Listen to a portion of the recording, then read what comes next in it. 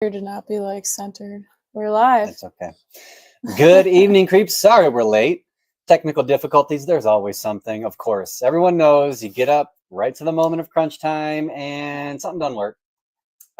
Whether it's a camera, whether it's a mic. Hopefully you guys can hear us. Yeah, this time we won't have any Zoom issues because we're using I'm going to call you guys camera. losers all night and there's nothing the camera can do. Let us know if you can hear us okay, too, because we are using different mics.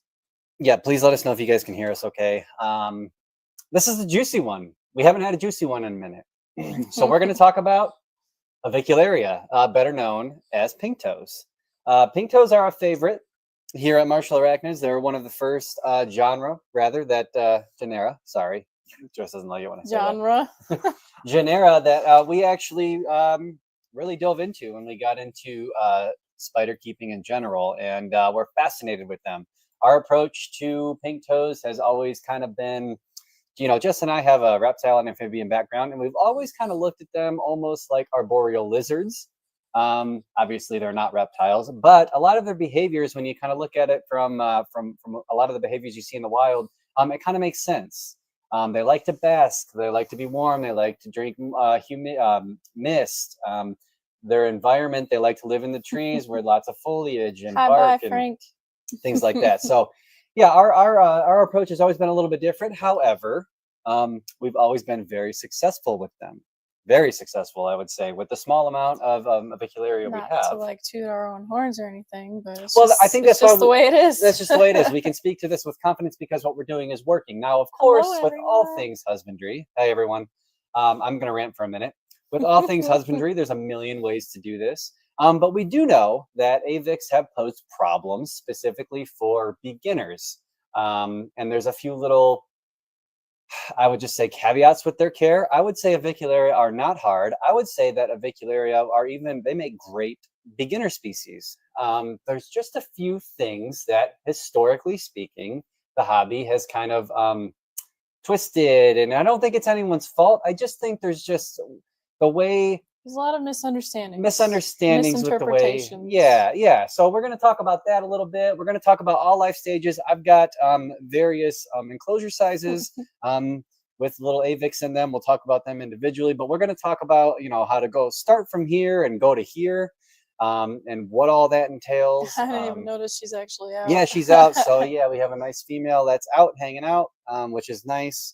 This is about the time where they start waking up and coming out to eat. So we won't keep them too long. And this lady right here, this younger lady, this is Avicularia purpurea. She actually we just pulled her babies today. She just had babies for the first time. Small clutch, but it's her first one, and she's a little small. So she's actually in the front right here. So yeah, you can kind of see. Yeah. So anyway, let's get to it. Jess, you want to dive into it? Okay, yeah. This is all about Avics.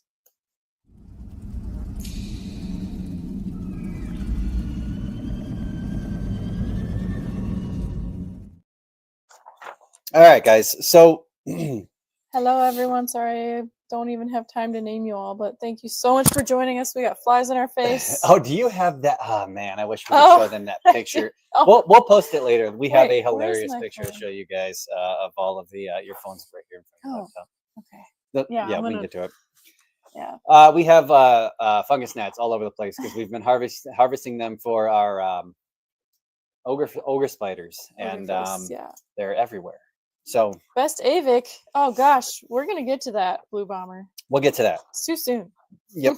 So I think to understand Avics and our approach being what it is, and any tarantula species, any species that you're going to keep in captivity, I think it's really important to examine the natural history, where they come from, what they're doing in the wild, what are some of the observations looking like, what are some of the local weather conditions. How might their little microclimates that they inhabit, affect their overall behavior? And most importantly, how do we translate the behaviors that we're seeing, right? How do we replicate the behaviors that we're seeing in the wild? And how do we translate that? What are we seeing? Yes. Why are they doing what they're doing, right? And I think Avics are a fantastic specimen or example to examine tarantula behavior because they are so reactive to things like heat and moisture and light. And I think they just make perfect little case studies for this. So yeah, and like we mentioned a little bit in the intro, there's a lot of misinterpretation of that behavior. They're not mammals, they're not reptiles, but they have a lot of similarities. So we're gonna kind of help you guys figure that out from an actual like invertebrate biology perspective too. Yeah, well, I'll let Jess take the reins on that a little bit. Okay, so for all intents and purposes, we are going to talk about the subfamily basically as a whole, Avicularianae. So that's going to include Avicularia, Aridopelma, Typhoclana, Ibiropora, Carabina, Pachystolpalma, things like that, right? Because there are some things that the hobby calls pink toes that aren't necessarily in the genus anymore. There's been many taxonomic revisions, and we'll kind of talk about that. Real quick, before you proceed, I just wanted to point this out. Irresistible Nikki says she got a versicolor from 503 Menagerie, and 503 says she actually got those versies from us originally. Sweet. So it all came full circle. All right. No, that's awesome. That's awesome. Yeah, she said it's doing great too. Good. I love to hear that. I love to hear when people say that their pink toes are doing well, and Rob especially when they get UK kiddos. is here too. Rob, what's up, buddy? Good to see you again from across the way. Tina R's here. Okay, so I hope that makes sense, guys. We're not just, I mean, you could be a stickler and be like, well, Avicularia is not Carabina versicolor, not the same genus. But I mean, realistically, from a husbandry perspective, as far as the husband, I mean, copy and paste, pretty much, right? For the most part, there are absolutely minute behavioral differences, even between species, like size, but really, as far as the hobby is concerned, we're going to treat them the same. Yeah. So let's kind of talk about natural history, right? Where do they come from? So Avicularianae, for the most part, inhabit the very, very possibly the southern part of Central America, and then basically the top down to like mid South America. And potentially southern Mexico. Potentially, but if you really start digging into that, you kind of question the validity of that. Even Panama, I think there's only one, the one in Panama that they're calling Avicularia glauca. Yeah. Glauca? Yeah, a single type specimen from 1891. So I just take it or leave it. I don't know. Yeah. If someone's from Panama and you see this by some crazy stretch, tell me if you have Avics. Yeah. But for the most part, South America, and then also the Caribbean, Puerto Rico even has. That's not Carabina laeta. Yep. Yeah, Carabina. It was Avicularia. So Puerto Rican pink toe. Why are we talking about that? Because it's warm. Where they're from, it's very tropical. It's very warm. Lots it's very humid. Yep. Lots of rain. Very little seasonal. Right. So fairly differences. Consistent. Yes, consistency. Yeah. Very consistent with Avics and what they're used to. What they're kind of like their comfort zone. Honestly, it's perfect. If I could live somewhere, I would live where Avics live because honestly, it sounds perfect. Yeah. Tropical paradise. Martinique, where the Carabina. I don't know if y'all can. You don't. Think they're all responding to my voice here. Yeah. So we'll talk about these kiddos in a minute. So very little seasonal variation. There's definitely quote unquote rainy seasons that these animals experience. Small differences in temperatures, but man, like I'm telling you, for the most part, it's like mid 70s to mid 80s, pretty much like all year round, with a little bit of seasonal variation. So quite warm. And that really translates to kind of the behavior that we see in captivity. Larry says, too hot and humid for me. Yes, it's definitely sticky. You have to be a weirdo to really want to live in these places. Yeah. But, hey, I'll show her off. Oh, were you? Can they see her? Yeah. I don't think they can. Yeah, they can if you flip it around. Oh, there she is. Yeah. This is Diversipes. This is Y Diversipes. Right there. She'll probably move here in a second. So we have here, not to get off on too much of a tangent, but we have Carabina versicolor, Avicularia purpurea, Ibiropora Diversipes, and then Avicularia variegata. So that's who's joining us tonight. Yes. Okay, so just real quick, the word Avicularia comes from the Latin word avicula, which means little bird, and then area meaning pertaining to. And that really, so bird spiders, you guys might have commonly heard that, especially like overseas, they're really referred to as bird spiders, not so much here in the US, but what was the story on that? Someone saw one eating a bird. There was an illustration. Did I not? Yeah, into 1758 to describe Arachnia avicularia, referenced. Maria Sibylla Marion saw a common pink toe eating a bird. And that was one of the first documented Like written down. sightings of a tarantula, and she actually drew it. She was an artist that was actually like studying in the field, and she illustrated what she witnessed. Yeah, it's actually really cool. But so from that observation, people started calling them bird spiders, thinking they were, you know, predators of bird birds eaters for the most part. Yeah, bird eaters. That's kind of where bird eaters and you know, literally Avicularia means like bird spider, like because that's where that name comes from, that documentation of that. That's pretty cool. Pink toe eating a bird. Yeah. Back in the 1800s, I think 1890 something. Early. Yeah. Long before any of us. So that's pretty cool. Moving forward, currently there are There's only 12 defined species. Now we do know in the genus Avicularia. As of today. In the genus Avicularia. Yes. And obviously they're going to start branching off, like we talked about. We have Typhoclana, we have Aviropora. Like there was even a Brachypelma. There's a Brachypelma. There's a couple of Faunopelma species that were formerly Avicularia. Yeah. There's dozens of species that were formerly Avicularia before scientists kind of started like realizing that this spider right here is totally different from this arboreal pink toe. Yeah. Yeah. Also, there's a lot of species, probable species, or even morphotypes that are completely unknown in at least a scientific perspective, just because taxonomists aren't able to find those species in nature, at least not yet, or they don't have the funds or the time to actually study them and write, you know, publications about them. I bet if we went whole hog on that, we could easily describe many more species of Avicularia. Definitely, but again, where they're from, lush, it's dense, it can be dangerous. But what we do have access to as hobbyists, they're pretty freaking awesome. Yeah. They're beautiful animals. Yes. And the cool thing, I think something really cool about the Avicularia genus anyway, is that there are morphotypes, which is, that is a scientific like term for like locale, essentially. Yeah, but it's not even necessarily locales. They're morphotypes, like morph literally means like the appearance. So like each morphotype is very visually like distinct from the next, but they are genetically the same species. Yeah, essentially the same species. So it's like we don't really necessarily even know why they look so different. It could just be because random circumstance, because a lot of them don't intersect with each other in nature. They don't, you know, they have distinct populations that don't interlap. But it could be like across the river or a different mountain range, or like, you know what I mean, on this side of the hill you have this morphotype, on this side of the hill. Or it could be, there could be more vast distance in between, but either way, they're not genetically distinct. So that's pretty cool. Yeah. 503 says, I feel like Avicularia is like Cubaris for isopods. If you're not sure, just toss it in with Avicularia. Yeah, that's definitely how it was in the 1800s and the early 1900s, for sure. There were dozens of Avicularia species that are now like Faunopelma. Right. Randomly. And we do not ever want to cross them, right? We want to keep them specific to the locales, right? Yes. Just throwing that out there. Yeah, so you want to move into kind of... Yeah, you don't want to go into any more taxonomy? Or I don't know. I mean, what do we got? I kind of wanted to do this a little bit more scientifically, but Ryan's thinking more anecdotally here, which is fine. It's fine. No, that's okay, because all of that is there. I think here's the thing.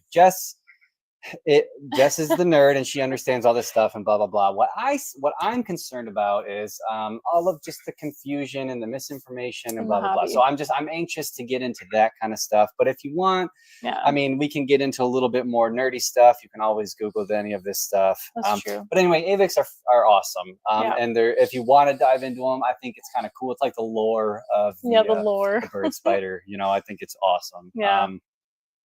So pretty much exclusive to South America, with the exception of the animals in the Caribbean. I'm not even going to count the animal that was accounted for in Central America. Tina, absolutely. Mixing of morphotypes is definitely frowned upon.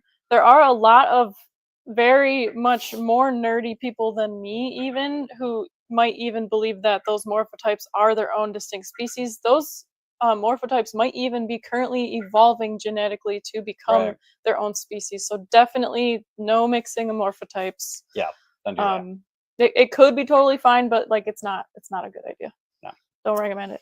We just want to hear myth busting about sudden avic death. Yep, yeah, well, we'll get there. We'll get there. Sure. So cool. Taxonomy kind of putting behind us here a little bit. For the most part, it's disturbed. Yeah, my voice is bothering them.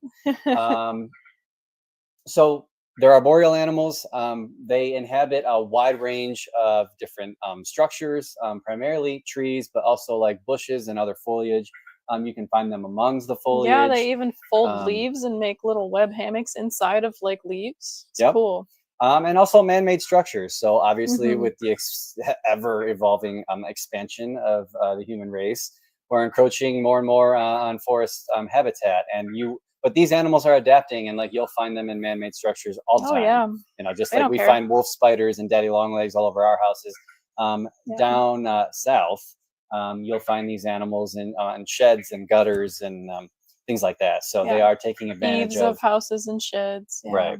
Yeah. And mature males often cross paths with us, the public, because you know they're going from one tree to the next trying to find a friend. A girlfriend. So so very common throughout Brazil and other in Peru and Ecuador and things like that. So yes, there are over, what did I put in here? There's 3,900 observations in iNaturalist for just Avicularia. Which I encourage every single hobbyist, if you haven't already, go to iNaturalist and just search Avicularia and look at the accounts. Look at how the animals are spending their time. Where they're found. Yeah, look at the map. That's iNaturalist.org, by the way. Right. We love to use that as a reference for a lot of different everyone should. Yeah, literally every animal that you keep, if you can see. And then there's over 5,000 observations for Avicularianae in there too. So there's plenty of at least vague locality data to go off of. Right. And pictures of where they're actually like spending their time, even if they're just wandering by. You can see. We should talk maybe later about the whole canopy thing that we got into. No, yeah, we're gonna lay out all the myths, all the crazy things that we see. Citizen science is amazing, 100%. Yeah, for sure. Yeah, we're gonna talk about the myths. So with that in mind, being arboreal and hanging out in trees and crevices and hanging out among the foliage, knowing that it's quite warm where they're from. Hey Nora, how's it going? Hey Nora. Knowing that these places experience tremendous rainfall, and then also it's very humid. So with all that in mind, we have to think about let's just get into it. Yeah. Why do we see so much conflicting information when it comes to Avicularia care? If you actually zoom out and look at it as a whole, you'll actually realize they're not fragile at all. They're actually quite hardy because you have so many different accounts of what people are doing to keep them alive or not. So to say that they're fragile, I think, is absolutely incorrect. Yeah. For the record, again, we don't need to gloat or anything here, but we produce very many, a lot of Avicularia, and we lose very little. I would say in 1 year when we could produce hundreds, and we can count on 3 fingers. Like, you know what I mean? Like, I was gonna say we don't lose them, and so that's why we're very confident to talk about this and say that they are in fact quite resilient. I think that's what makes them good for beginners, but there's always those caveats, right? Because with that, we're also seeing their babies are sensitive, right? So spiderlings are prone to what the hobby has sometimes referred to as sudden avic death syndrome, meaning for no reason at all, the animals just die, right? And we often point to the fact that that's why they have so many babies, because they're they're programmed to self-destruct, and there's nothing that the hobby can do about that, right? Yeah, we laugh because it sounds silly, but for some of you, and that's not to be offensive, it's just like that's what we're hearing. So we want to kind of nail that down, and kind of break through that, because sudden avic death syndrome is a made-up thing. Right. I think it's just there's not a good resource for adequate information in one place. There's a lot of misinformation, and the hobby, especially new keepers, don't know what else to say. Right? I lost my animal. They just do that. That's what happens, right? I thought I was doing everything right. I read all the care sheets. Right. I read the care sheets. Still died. And in my parameters, I checked those boxes. I didn't miss. I put it on dry coconut fiber. Gave it a plastic plant. It was room temperature. I was comfortable. It was comfortable. It just died. You know what I mean? And unfortunately, like, you can kind of see where I'm going with this. We can poke holes in that right away, right? So we've already talked about natural history. We talked about what they experience in the wild, and you can kind of tell, like, keeping them in North America and the bone dry shoebox overflowing in a water, northern like climate, things like that. especially. That can work for some people, but not all, right? Mhm. And we'll talk about that too. So Yeah. okay, so I think you guys kind of get the point there. So Jess, where do you want to go from here? Do you want to kind of talk about husbandry, like how we go about it? Yeah, start from the bottom. I was also going to mention, if anyone has any questions during the stream at all, feel free to ask them as soon as they come up, and we'll get to it. Don't Yep. You don't have to wait till the end or anything like that. Okay. Or any criticism, go for it. We're ready. So there's three things that we need to keep in mind with Avicularia, right? And this again goes for pretty much all Avicularianae, right? So all the subfamilies. And if you've watched any of our previous videos, you will know what at least two of these things are. Yep. So we're gonna talk about it right now. We're just gonna dive in, because every single thing that you put your animal in, and not only that, the room around your spider influences what's happening in here, right? It doesn't matter if it's a vial system, or if it's a big glass Exoterra vivarium, right? Doesn't matter. You just need to think very simply. So there's a couple of things. We have airflow, number one, meaning the amount of gas exchange that occurs between the box and the outside environment, right? Number one. Number two would be moisture. So we're going to kind of divvy that up into two categories. We have dietary moisture and environmental moisture. Physical water droplets and dissolved water in the air. I think that's how we should kind of divide that. Okay, so you're saying humidity and then dietary moisture. Okay, so that's how we're going to divide that up, because those two, you guys laugh, but that matters. They're two very different things, and they affect one another. Well, sort of. Humidity affects dietary moisture, but we'll talk about that. So we have airflow, we have moisture, and then, in my opinion, this is the most important one, and that is heat. Okay, and how you get to the heat part is so variable, and it's going to differ from keeper to keeper. So there's not like a complete roadmap, but there are some things and tips that we can give you guys to help you out. Heat is incredibly important, not just for all tarantulas, because again, we talked about tarantulas being poikilothermic, meaning they modify their behavior to thermoregulate their bodies. They do thermoregulate. So that's a common myth also, that these guys do not thermoregulate. That is literally the definition of a tarantula, being poikilothermic. So they do that. And we want to, actually, I found that these Avics, and we can attest to this because in our own room, we are in about the middle of the country. It does get cool here in the winter.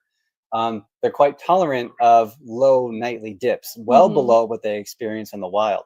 However, the next day, they need to get out of that funk, meaning they have to thermoregulate, they have to warm their bodies, and they will be just fine. So in that sense, they are very resilient, but prolonged exposure to cool temps that are below the threshold, which for the sake of this video, I'm going to say 70 degrees Fahrenheit, even though you'll find we keep our Avics much, much warmer. But prolonged below that can cause problems. And it seems to do that, especially with spiderlings. Yes. Right? So real quick, go ahead. Larry says, I really, really hate that saying, if you're comfortable, the tea is comfortable. Yep. And then he also says, stupid, I'm not a tea. I don't like it hot and humid. Right. Okay. So that's actually perfect. So Larry, let me talk about that. We have talked about this in the past. That whole theme that I still see to this day, I probably saw it 3 times today. Yeah. If you're comfortable, they're comfortable. Guys, that's got to go. That does not work. For the vast majority of tarantulas, not just the Avicularia. No, I would say get rid of that in general. Yeah. But specifically for these Avicularia, because you guys, that what you're doing is it's lousy, and you're not taking into account where the animal comes from and what they want to experience, what they're experiencing. And what we do is we use that as a crutch to like completely ignore behavior. Yeah, I've never really like seen anyone who makes that claim back that up with any reason why. They just keep repeating we're just with repeating what we've heard. No understanding or like no background. It's just that's what I've heard, so that must be true. Yeah, so and so said it. So and so said this. Yeah, we need to start asking questions like why is that? Like, so how do we get to that conclusion? Right. We do have to be. And once we start asking that, we realize it's totally there is no basis to it, and it's actually not real. Not valid. Right. Yeah, we do because guys, we're breeders ourselves. We sell to the public. And that's why it's so important to us that we Yes. that as a whole we are more critical, right? Mhm. We don't say things like, if you're comfortable, they're comfortable. Oh, my parameters were perfect. Oh, this, that, and the other thing, but I still lost the animal. We need to be more critical and ask questions. I need to see your setup, right? I need to see Mhm. what this looks Tell like. me I what your need to. parameters I don't. are. Yeah. I know the parameters were perfect, But but what are they? what are they? Yeah. What does that look like, Yep. right? Real quick, Go ahead. 503 says my Versi's currently sitting with her bum as close to the warm light as she can get. Okay. And she So said, and my we'll talk about that. Avic is doing the same right next door. Yeah. Cool. Babsy says, try to turn my living room into the arthropod room. Now I feel like I'm living back in Hawaii.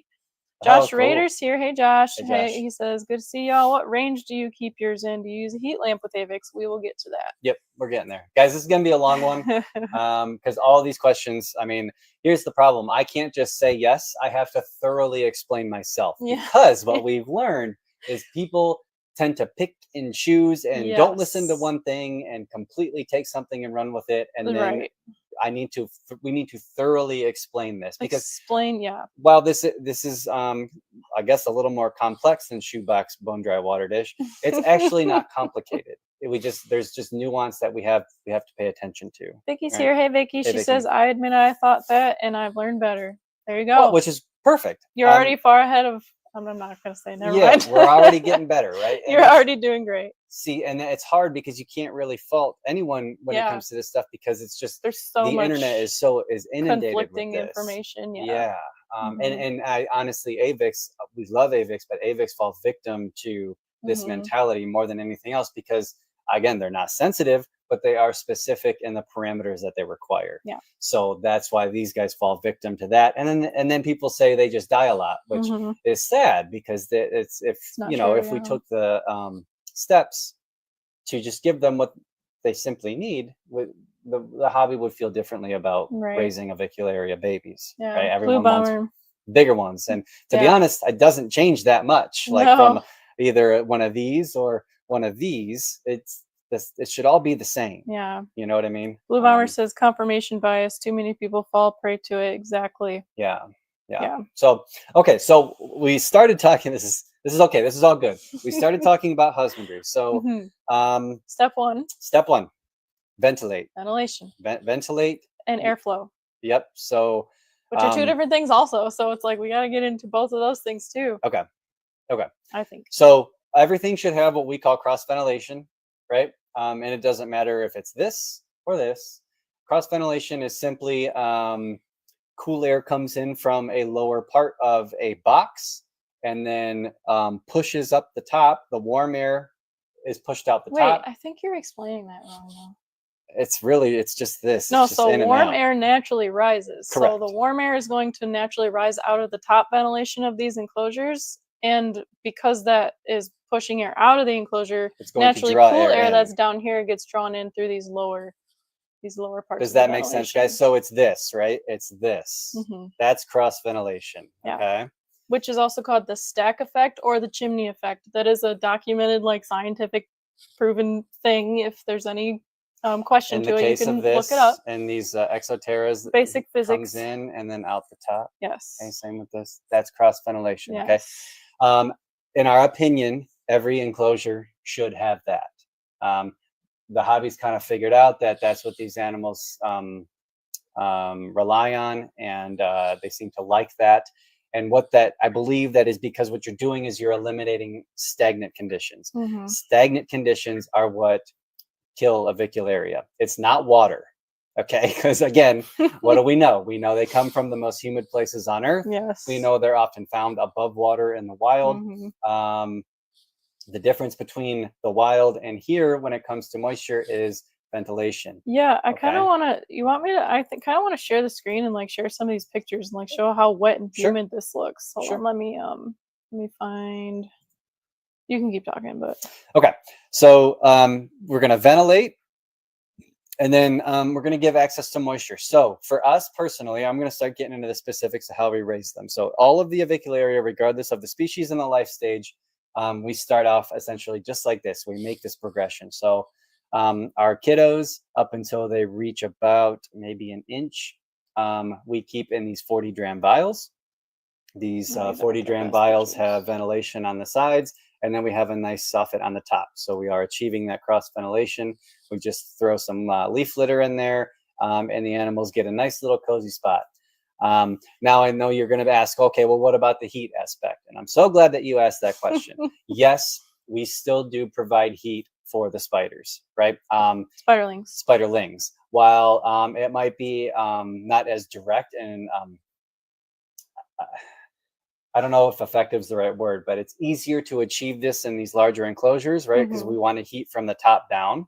Naturally, animals go up to get warm and down to cool themselves. Okay, so never use a heat mat on the bottom of any spider. That contradicts millions of years of evolution when it comes to thermal regulation. So heat should come from the top down. So now in the case of the vials, we obviously rear all of these guys in bins. And then above those bins, we suspend LED grow lights, right? So essentially, and same for this size too. So we'll just kind of lump these in together.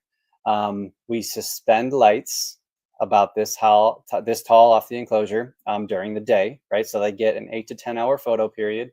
And those grow light LEDs are enough to raise the temperature of the top half of these enclosures, probably anywhere from 5 to 10 degrees, depending on how high it is off of the enclosure, right?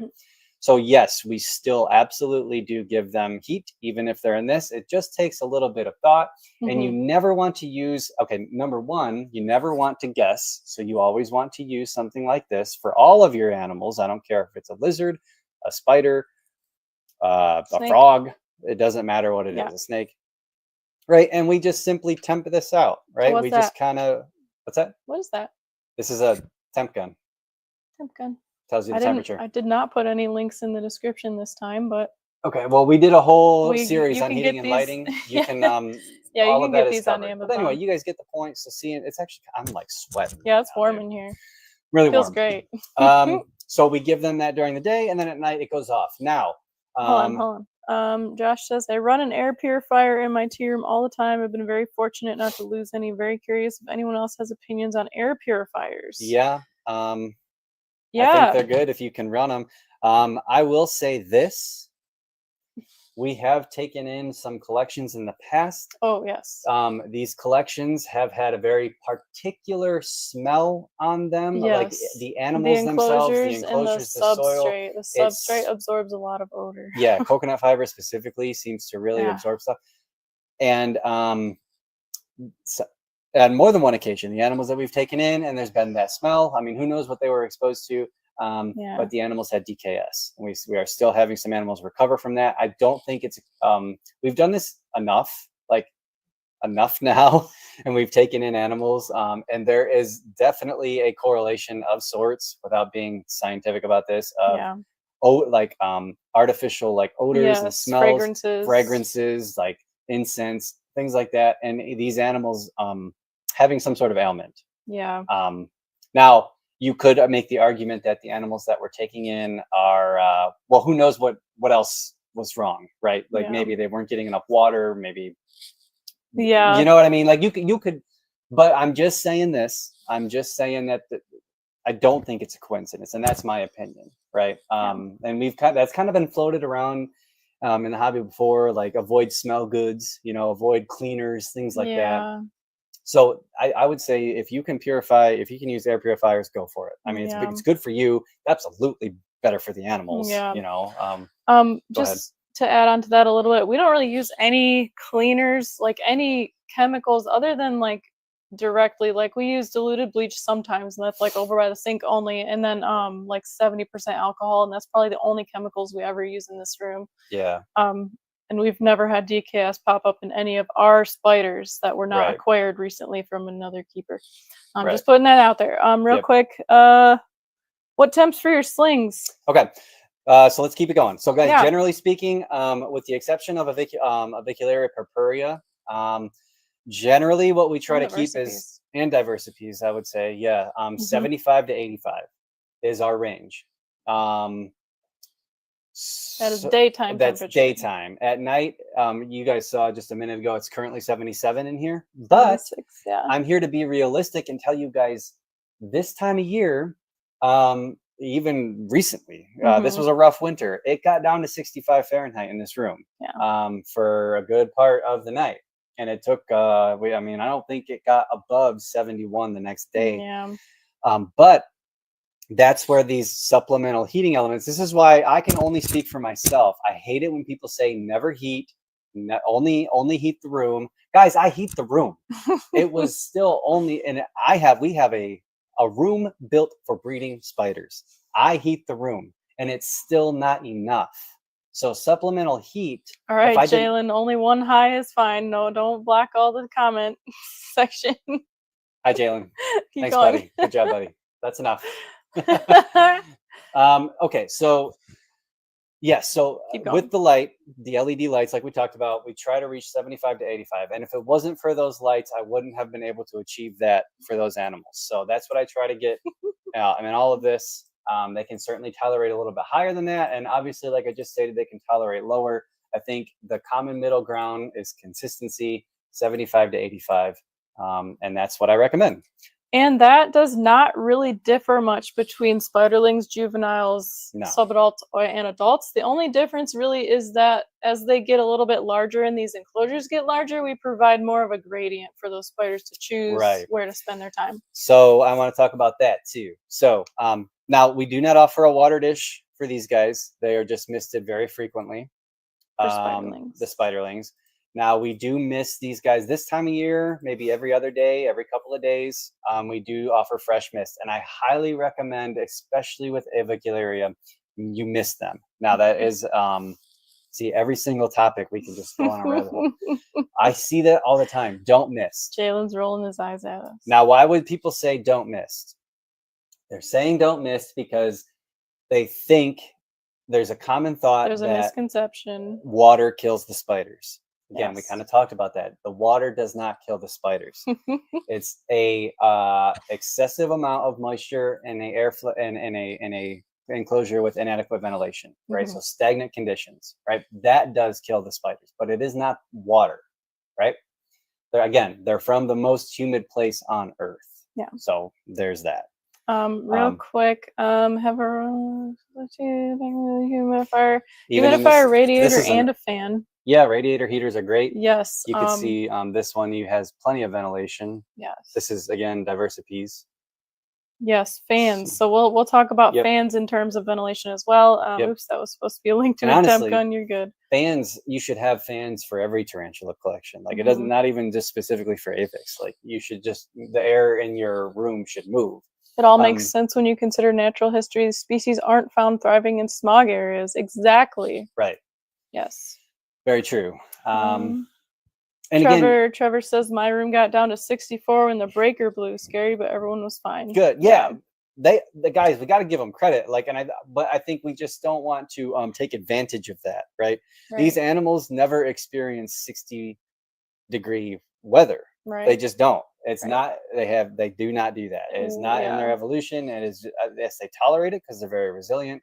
But that is not something they ever experience. Yeah, it's one night at a time.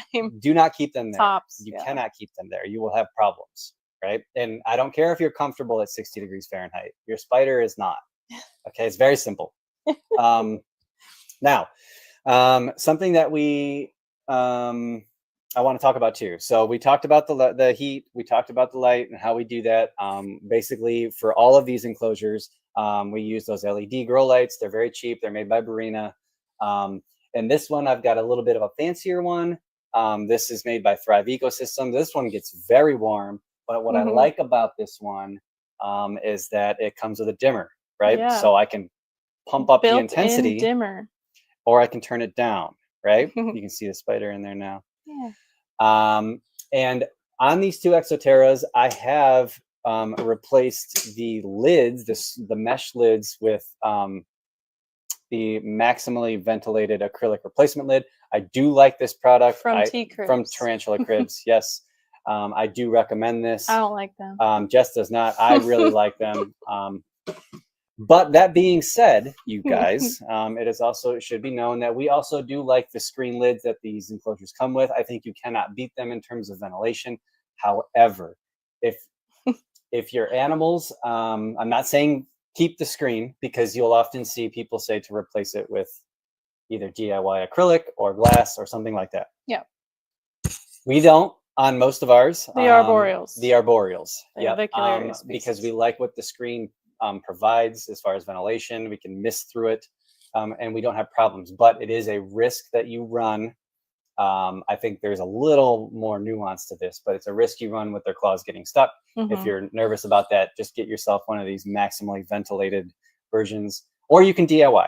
Yeah. You can make one yourself, but notice how in this maximally ventilated version, it's got a lot of holes, right? And I think those are like 2 millimeters each. They look like 2 millimeters. Maybe it's 3. More than that. I think it's 3. So lots of ventilation still. Babsy Cat says, I'm comfortable at 35 Fahrenheit. Can I keep them at that? Oh my God. I am so sick of being cold. Cat, Like, I'm comfortable at winter. like 85, and even I wouldn't keep all my spiders at 85 all the time. So it's like, so let's Jess, thank you. Do not keep your spiders. Okay, guys, we talked about natural history, right? What happens? Wait. We gotta stay on structure. I know. Okay, you're right. You're right. But that's important, because we're talking about lights and heats. And we're talking about heat. We gotta talk about high temps also. Yes. Is that what you're getting at? I am. I'm saying temps should not. You should not redline your temperatures either. They shouldn't stay warm, and you should always measure, right? So what happens, guys? These guys are what we would call crepuscular. You could call them nocturnal, sure, but they're honed in on a number of sensory cues in the wild, right? So when you see them, and you can see this in captivity too, and you try to recreate this. This is what we're talking about enrichment, which we'll talk about last. The sun sets, right? Pretty simple, straightforward. The sun goes down. What happens when the sun goes down, where these things live, right? You get a number of things that occur. You have a change in temperature. You have a change in color temperature. Usually, it's still right, and a spike in humidity. Right. All of these things are triggers and cues for these animals to come out and be spiders, right? Which means to hunt, to look for mates potentially, to just do spider things, right? Come on, drink. To drink. Yep. There might be condensation developing when that humidity spikes and the temperature drops. Yeah. So what I'm saying is that it does this. Yeah. Weather and temperature does this. Give your spiders that, right? And simply the lights go off at night. They come back on during the day, right? So you have a natural drop. Just spider things. Yeah, it's very simple. But we have to be very clear. Don't want to blast them. Now, Larry, how do the acrylic lids do for bioactive and grow lights? Grow lights, they're fine as long as you're not using anything with UVB in them. Yeah. As 503 mentioned a little bit. Yep.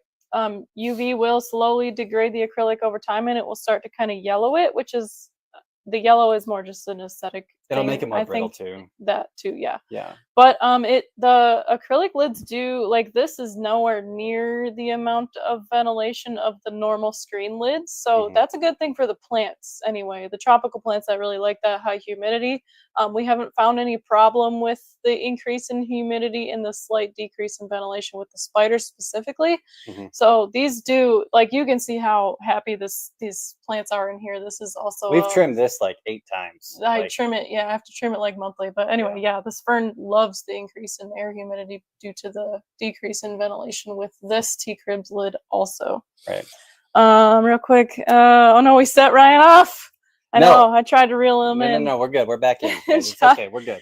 Josh says, I feel like the steel mesh makes me uneasy, but the ones that are like grates with bigger gaps don't worry me as much for the lids. Yes. So like when you guys get those replacement lids, I think Zilla makes them or something like that for the aquariums, like those. So that the space in between the grate is so big to where you don't have to worry about a little claw getting stuck. Yeah. Right.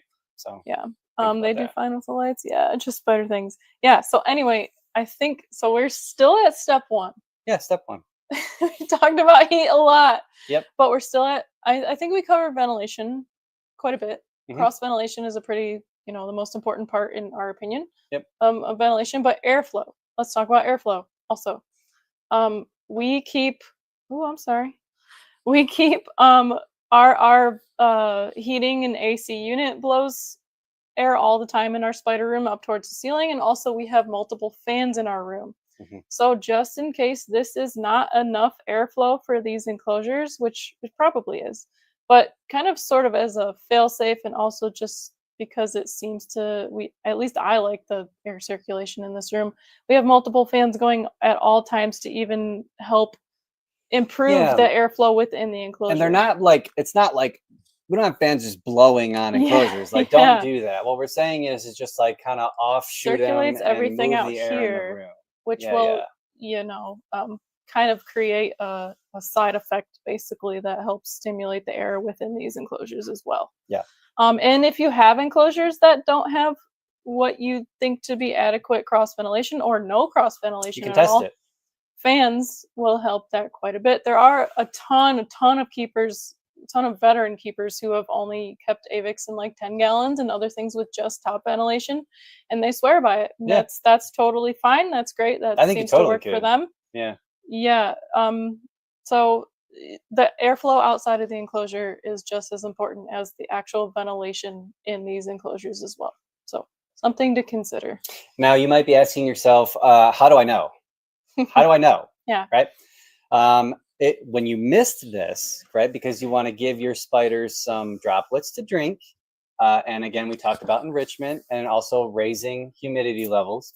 When you miss, just like Jess did, if you see all the droplets, okay, if you guys see the droplets still in there 24 hours later, let's just start with that. Even 12 hours later, you need more ventilation. Definitely. So you need more holes or airflow, whatever is easier for you. I think ventilation goes a long way. But that's a great way to test it. Do you still have condensation on the walls of the enclosure 12 hours later?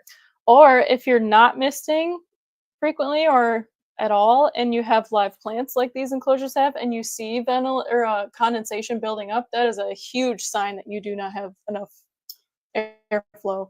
Because the plants themselves will create human microbiomes. Yeah. And the evapotranspiration and all that scientific stuff will create condensation on the walls if there's not enough airflow.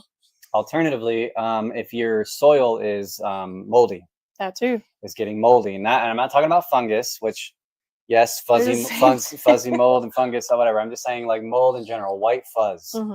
That's a great sign that you have inadequate ventilation. Yes. So keep that in mind. Yes. So all of these things should have ventilation. Now for decor, I want to talk about decor. So like enclosure setup, it's pretty much the same for every life stage. We tend to just use leaf litter for kiddos, but what we really try to shoot for is very basic, right? These all have the same thing. They have a cork hollow, which some of them use, some of them don't. The same equation, right? Same equation. Same formula. We personally enjoy live plants. I think the spiders do too, but that's not necessary. We talked about the benefits of plants. I also think that the animals enjoy drinking off the foliage, right? It also changes. The animals can like chew on the plants if they want to. Sometimes they do. I hate it. Anyway, it's good enrichment, right? And it creates kind of a natural aesthetic. It's very nice, but this is not necessary. So we basically, we recommend a plant of sorts, like it could be plastic, it could be real. The species really depends on you. We like begonia, we like ferns, we like pothos. Okay, so basically you have your cork hollow, your plants, we have a bioactive soil. We use leaf litter on the bottom. Sometimes the animals incorporate the leaves into their hammocks. Avics usually tend to not. Oh, it's behind your head, but this is like the best example of that. Yeah, sometimes they'll incorporate the leaf litter. But it's just naturally aesthetic. And if you're going to introduce springtails into here, it kind of degrades and it gives them something to eat. So. And then that's pretty much it. A small water dish, but again, we are frequently misting the animals. I think that's much more important than a water dish, personally. So are we going to talk about step 2 now? So we're going to start talking with that about step 2, which is what, Jess? Moisture, which is also humidity and physical water droplets. Yep. Okay. So liquid water and gaseous water. Okay, so humidity does affect the amount of the content of dietary moisture in the spider, right? If it makes sense to say, if the humidity is higher, they're going to have less water loss, right? If it's very dry, they're going to lose more dietary water or metabolic water, whatever you want to call it, body water. We talked about this in the humidity episode that we did a Yep. couple weeks ago, but there is documentation to suggest that tarantulas do lose bodily, metabolic water to the environment when their body is, more, what's the word? Like when the humidity in the environment is really dry, they can lose metabolic moisture to Makes the sense. They're environment. gonna be more thirsty. Like Yeah. like in layman's terms, they're gonna be more thirsty. Right? Exactly. They're gonna require a water source. Replenish it with drinking more water. Right. Yeah. So that's why we do a little. However, there is no evidence to suggest that they can absorb the moisture. So that's extremely important. You cannot simply rely on And that's humidity. humidity. We're not talking about Yes, like yes. misting them for droplets to drink. We're saying Yes. they're not frogs. But if right? your humidity is 75%, it doesn't mean that your spider is well hydrated. Right. Just saying that. Yep. Anyway. Right. Moving on. Okay. So with that in mind, that's where good ventilation also comes into play, because we talked about stagnant conditions, right? Which means excess moisture, not enough gas exchange, right? So you want to make sure that you have plenty of ventilation, because then if your ventilation is adequate, you don't have to worry about, let's say you over mist or you accidentally flooded the soil somehow and you overwatered the plants. It's okay, because there's enough gas exchange and you have adequate ventilation. It's not going to create those stagnant conditions that hurt the spider. It'll dry up over a short period of time. Yeah. Most times. It's a fail-safe, right? Yeah. Ventilation, cross ventilation, guys. Very important. And then misting also, guys, real quick, it is enrichment, like we talked about. It rains very frequently where these animals come from. They much prefer to drink fresh droplets. If you think about it, every day, it seems like they have access to fresh water. That is absolutely something that the animals pick up on. You can watch this for yourself. You just mist them. They'll come out, drink if they're thirsty, right? Many times. We will many times see them prefer to drink the fresh droplets despite having access to a water dish. It's just a fact. I bet they would do it every morning for us here.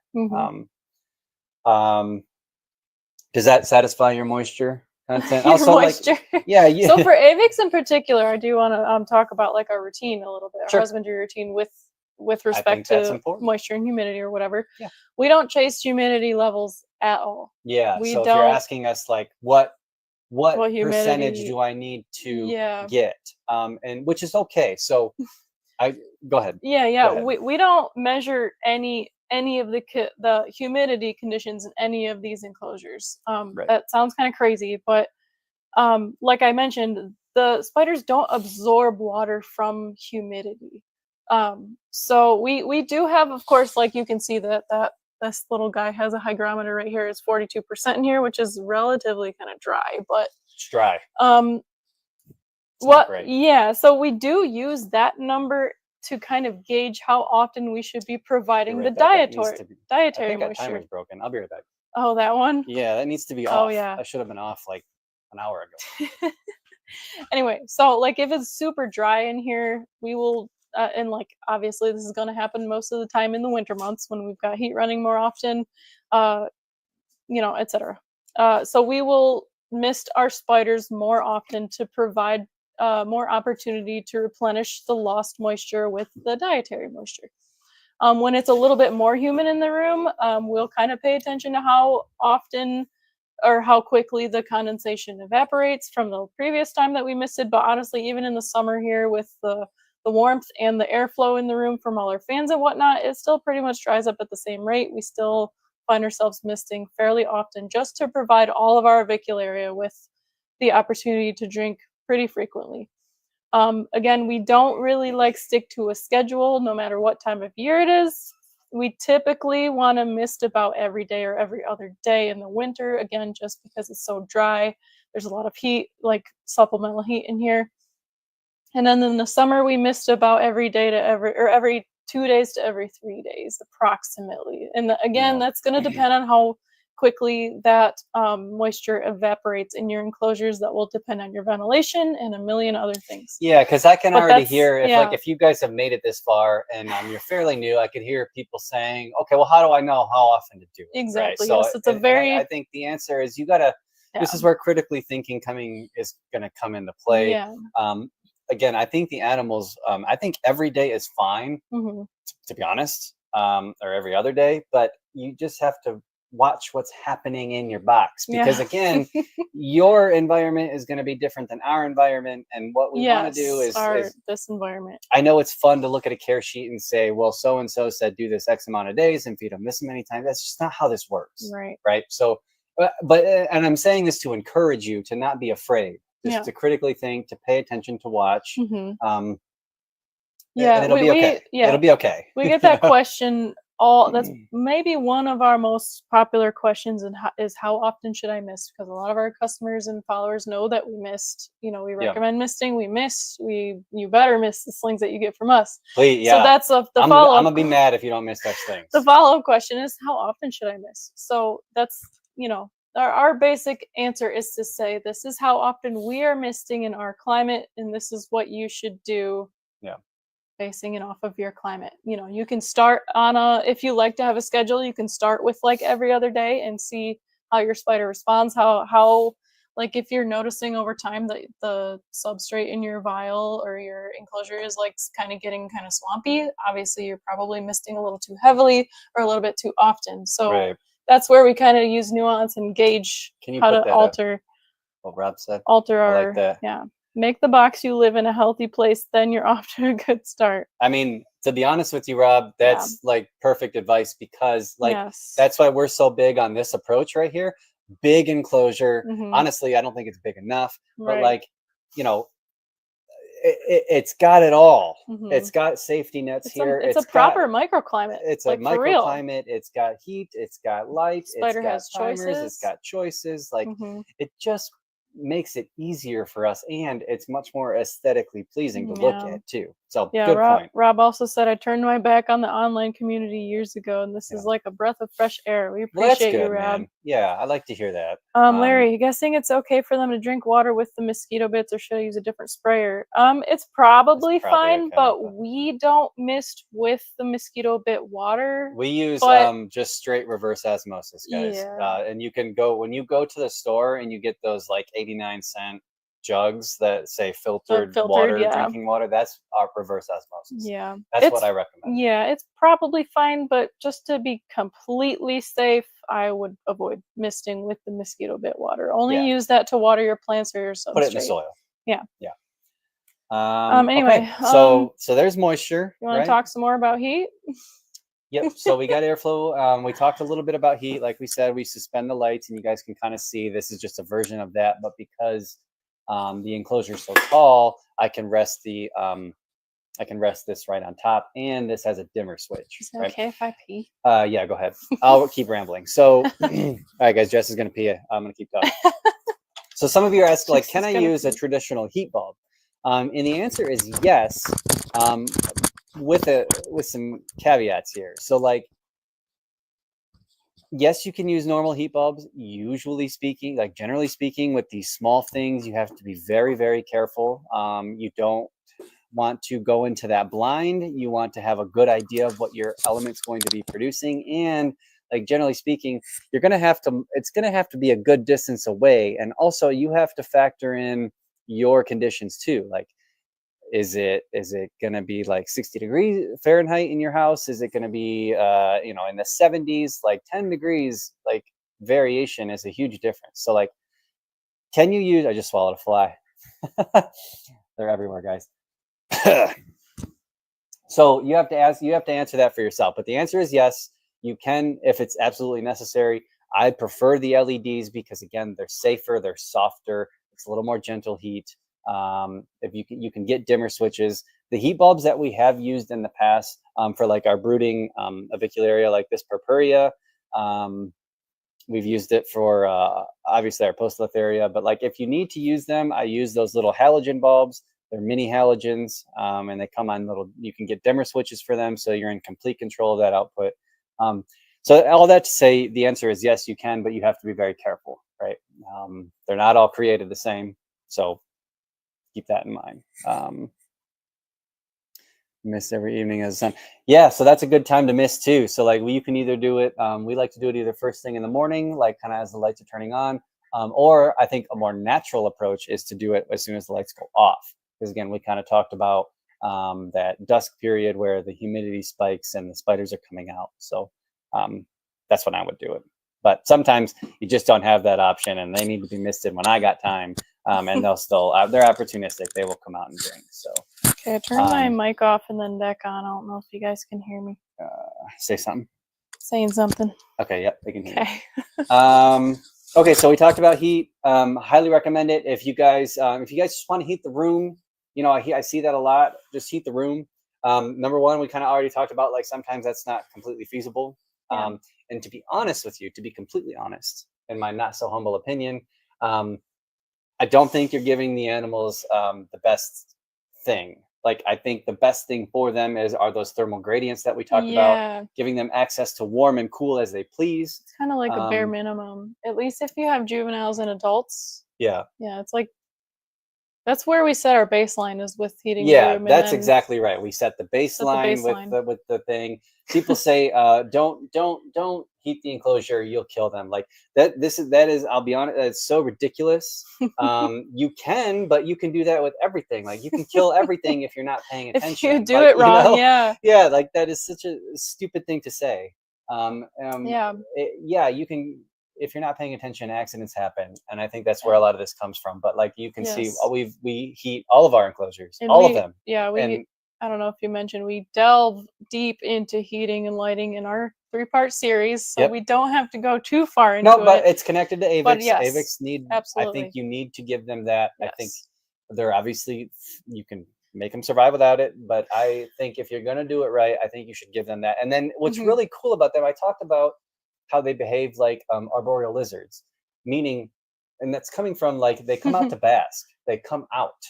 They will chase that heat, and they'll bask on a branch, or kind of like above their hides. Hide, and that's fun. I think that's cool. I think that is exciting. Cool and fun. Yeah, like, it makes it fun.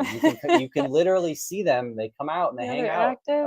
And I think that's they respond to those stimuli. Yeah, I think that's very natural and normal. So that's why I think establish your baseline if you have to. And then heat the enclosure. Yes, but do so safely. Rob says ambient warm room temps, then fiddle with the extra heating. Exactly. If you have more than, if all of your spiders are in a room that's not like the living room or like an open room, and if you have a small collection to a large collection, that is definitely the best way to do it. Yeah. It's probably most cost effective too.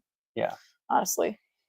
Yep. At least if your actual ambient temps are like lower than 65. Which in our case they are here. Like, we need supplemental heating. Like, least, if I followed the current care guides and things like that, like, we would not be successful. Like, we have to use supplemental heating. We have to use heat lamps. We have to use LEDs. Like, there's no way, right? And that's why we can kind of connect with folks, because we don't live in a southern climate. But the thing that we mentioned, it seems like every single episode we do, is it's not complicated. No, none of this is hard. Look at this. Look at this, guys. It's not hard. It's not complicated. It's not expensive. Nope, it's not dangerous. It's not exotic. Yeah, it's just that little tarantula keeper's guide says something about thermostats being dangerous and just not good. Yeah, well, this is so over dramatized, guys. Like, just give the spiders what they do. Like, it's very simple. It's just simple. Slightly more than bare minimum. Right. That's all. Yep. That's all. And yet you can absolutely screw it up. You can hurt your animals if you're not paying attention, but just think, it'll be okay. Okay, so we covered heat. Nature Mike says, how are you? Hopefully I'm not too late again. That's okay. Nope, Nature Mike, nope, we're you're right still on time, hanging out. man. We're still hanging out. Yeah, so we got moisture, ventilation, light. So again, we do heat and light, we do give them a photo period. To us, heat and light are a bundle. So we try to use those LEDs to provide both heat and light, because again, in the wild, both of those things come from the top down. So we like to use lights.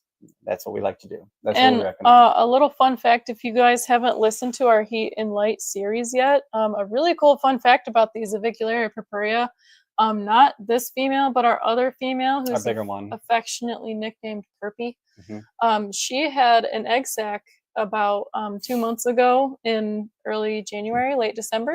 And a couple weeks after she laid her egg sac, she actually chose to bring her entire egg sac out of her little incubation chamber and totally exposed it to like potential danger and everything, in order to bring that egg sac up closer to the light that we had above her enclosure, which was obviously probably to get it warmer. It was yes. Obviously, that's what it was. But and I mean, and that's, you know, to me, I took that as okay, we failed her. Yes, because we need to increase.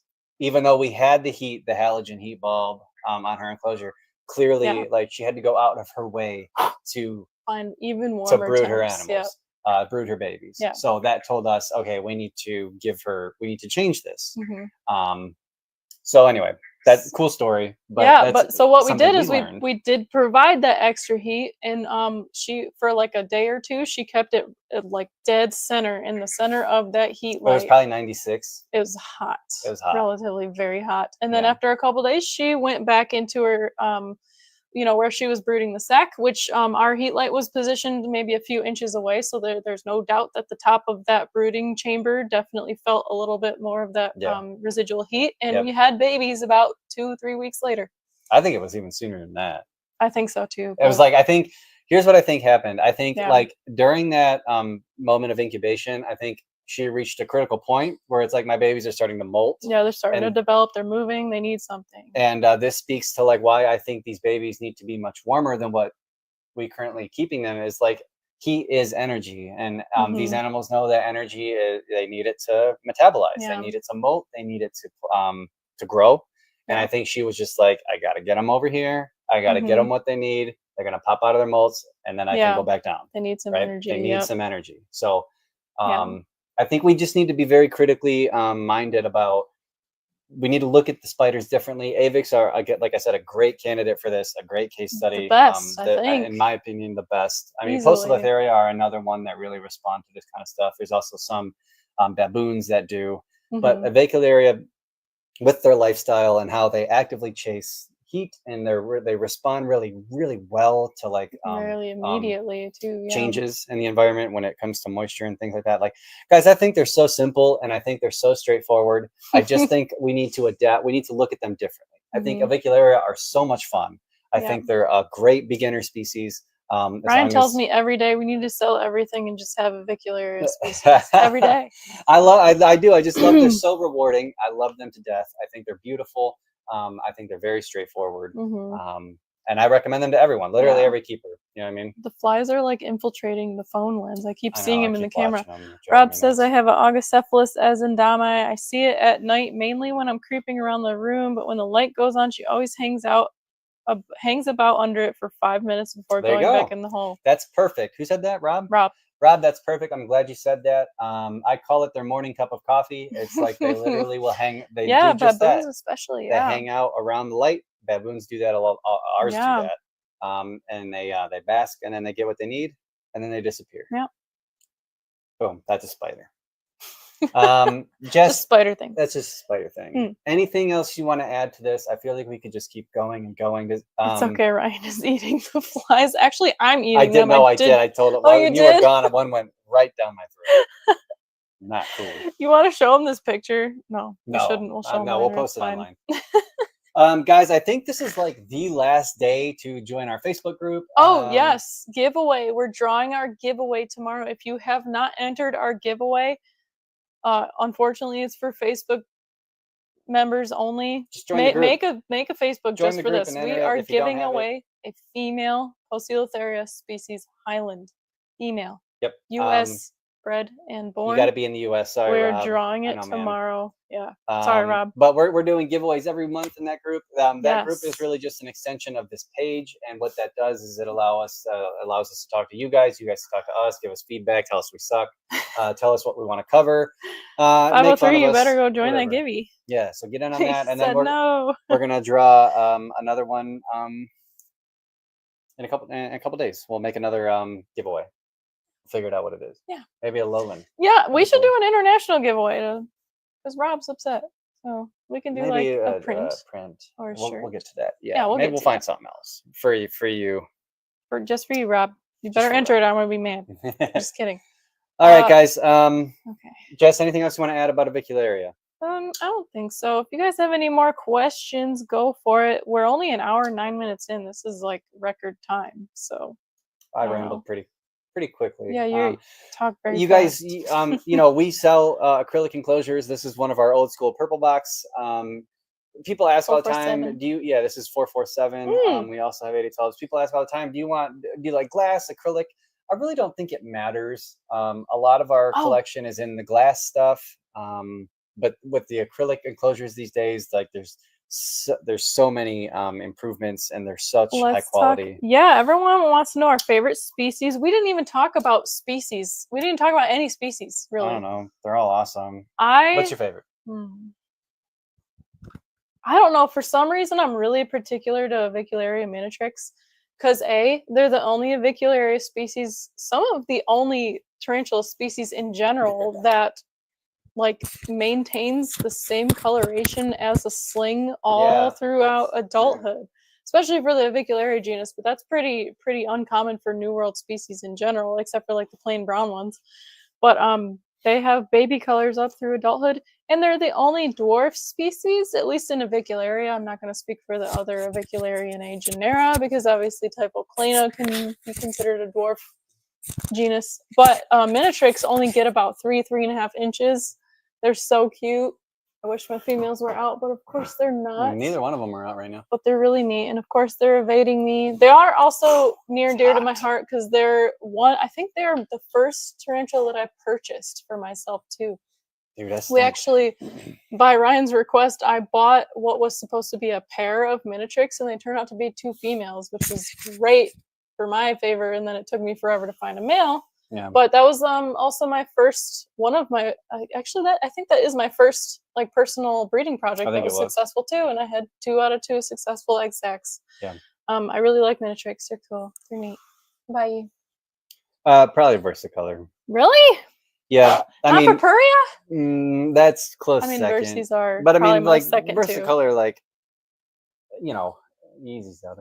I don't know. I've made so many of them, and they like have that such a hallmark like signature species for me, like that. And then Metallica like got us started years ago. So yeah. And versicolor are beautiful at every life stage. I think people say they're fragile. I know we've already talked about this, but I think they're bulletproof. Versies, I think like we cannot so kill them. Easy. Also, having bred a few species of Avicularia now, Carabina, like at all life stages, they're so simple to feed. Like they're so easy. Like some of the other ones, like Variegata and even Purpurea, like they're kind of tricky. They can be kind of weird. They're weird. They're finicky. Yeah. When it comes to feeding, they take some enticing, but versicolor, man, like they just hammer. They tackle crickets that are like easily their size. Yeah, like I just think they're blue. Their habitat is beautiful. Yeah. Martinique is a gorgeous place. Yeah.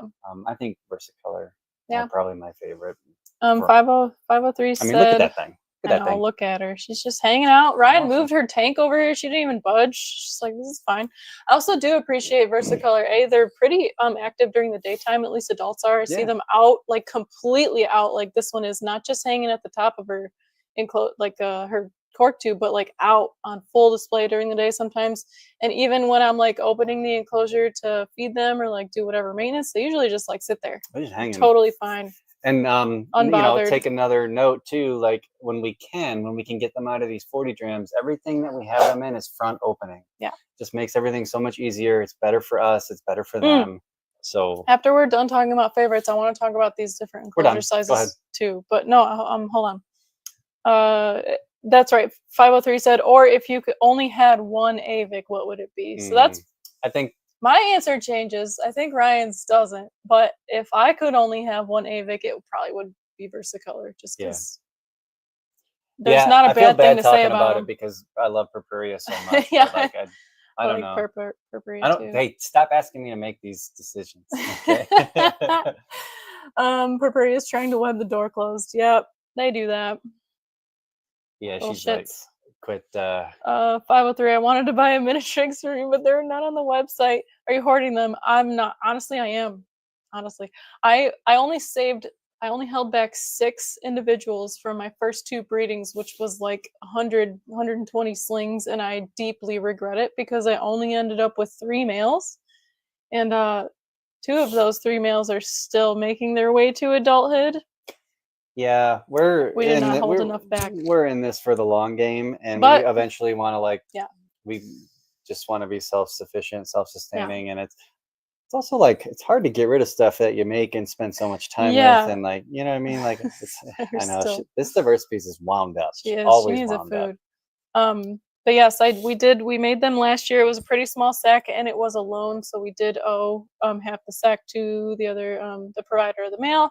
So I held back probably over half of what we actually produced from that sack. But like we usually do, we'll probably sell off some excess females, hold back all of our males. So if you really want one, you send us a message. I'll let you know. Love my Avic, A. Juruensis, and Versicolor. Juruensis, I do think people are sleeping on. Yeah, you are. If you don't have one and you've never thought about getting one, you are sleeping on Juruensis. They are beautiful. They get huge, like 6+ inches easily for an adult female, and the mature males are like deep purple with white yellow bands on their legs. They're just beautiful. We just got super underrated Rufa from a hobbyist, and even yellow those banded. in person are beautiful. Yes. Those yellow bands are gorgeous. Beautiful. They're all awesome, man. Yes. Varigata is another beautiful adult. Ex-Amazonica. Yes. Um, Trevor says, do your Subfusca lowland like it cooler? I find my female gets active and seems to be trying to get low in its enclosure when the temp gets up around 80. Interesting.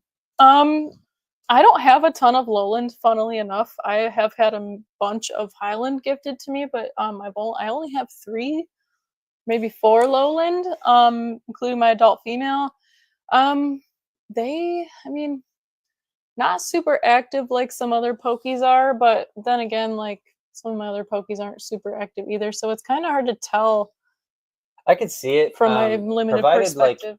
Like they're purebred animals too, like pure species. Yeah, I haven't done a whole lot of research. We know their highland counterpart is it's quite cool there.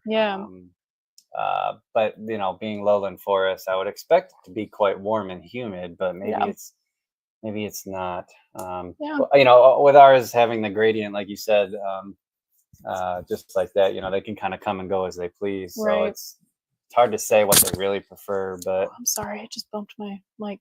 Yeah.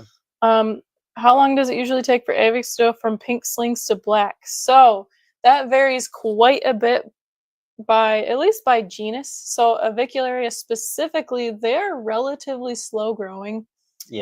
Especially Purpurea, probably also Varigata too. This is our first time raising them from slings, but I'm expecting these two to be pretty similar. To go from pink slings to black, I would say a minimum 2 years, probably. I would say average growth for most of these species is about 1 inch a year, give or take. By individual. She would know better than I would, guys. I don't. Yeah. I'm like, are they blue yet? Are they green yet? Like, whatever. Yeah. And most Avics are Avicularia are pretty fun to watch each molt, like as they go from adolescence to adulthood. They change a lot every molt, and they go from like one end of the spectrum to the other. So it's really fun to watch them. I think that's very exciting. Grow. Yeah. That's why I do recommend slings. Yeah. You know, and I do. I think everyone should get slings. Yeah, a lot of people who only experience like adult Avicularia, like from pictures on the internet or like from their Petco purchase or whatever, they don't even know that spiderlings are pink with the black stripes and the little toes. Like, they're so adorable. I think everyone should get slings. Yeah, I would say about 2 to 3 years is when they start transitioning to their adult coloration for most Avics. Versies hard to beat. Got a lot of comments of the 2 Versies I got from y'all because they're so absolutely stunning. Cool. They are. First was Avic, now I have 4 of them. That's awesome. My only issue with the Versies is they want to come out and go for a walk whenever you open the Viv. Yeah, ask me about what my least favorite species to pack into shipping vials is. It's Versicolor. By far, they're the worst. They're the worst. Kat says Purpurea sling has been really timid, whereas the Versies are just boldly out in the open. Yeah, definitely. That's true. Give your Purpurea 1 to 2 more molts, and it'll be the same though. Probably. They're usually pretty sassy once they get a little bit of size to them. They are definitely a little more feisty once they get bigger. Plus, the Versies are about 2 molts ahead of the Purpurea. For slings anyway, they want to explore. Brownshausen is pretty cool too. I'm getting a roofie on Sunday. Awesome. Nice. Want a Rufa, they're hard to find. Yes, definitely. We have a massive female, like Ryan was mentioning. So now we just have to find a male. Yeah. I got the last Rufa from breeder I'm buying from, trading for Versi slings. Awesome. Nice. Copy, just wondering. Yes, I had Giroensis, pulled a molt. Not sure what sex it's about. 3.5 to 4 inches. Chantal, if you have a male, you better let us know. Unless you need it. And that goes for everyone. Like, if you're in the United Yes. States and you have males of certain Avics and Any Pokies, like, Avics, please yeah. reach out, because we're always like, if you didn't want a male but you wanted to go somewhere, like, we could probably use them. And usually, like, if you want a sling to like try like Multiple an unsexed slings, sling or yes. two to like try again, Mhm. like, that's what keeps this whole thing going. So just keep that in mind. Exactly. Like, you have options. Yes, Reach out to especially us. if you got the sling from us, we're always more than willing to work something out, a trade or a buyout or something. Yep. I have an Avic sling that's over a year and it's in the same enclosure. Yep, that's fairly normal. Yeah.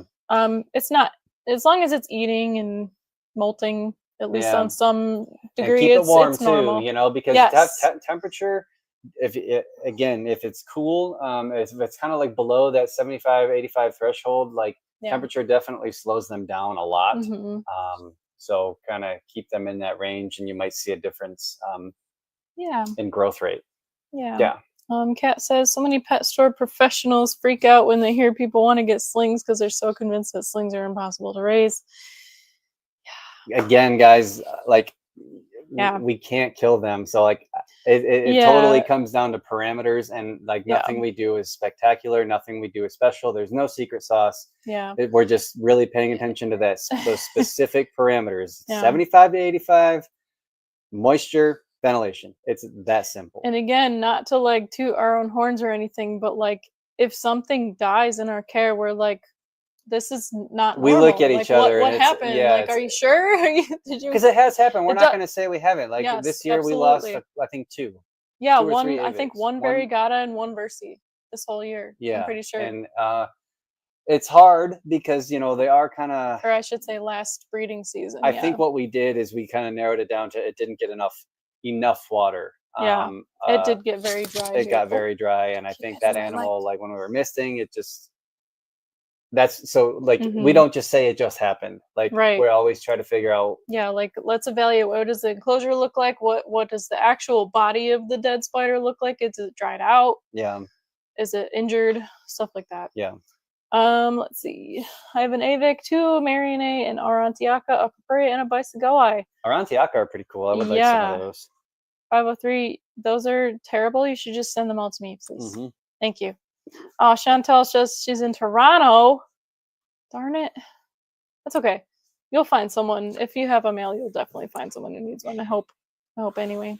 Anyway, just real quick, I kind of wanted to, is this female still visible? I want to talk real quick. This is kind of a frequent question we get as well with spiders in general, if not the pink toes. But when do we, like, what size do we house these things in each of these enclosures? Good question. Yeah. You want to answer it? Sure. So for the spiderlings, like I said, they're going to stay in this until they're about 3/4 of an inch or maybe 1 inch. 1 inch tops. About usually. 1 inch. Yep.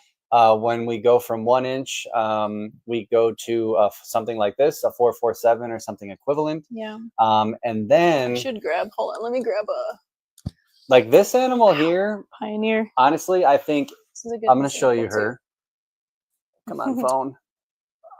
This animal is no more after this. Yeah. Like this animal could molt one more time in this. Yeah. So this is, I would be okay with that. 4 inches wide. So that spider's about 2 inches diagonal leg span, probably more, 2.5 probably.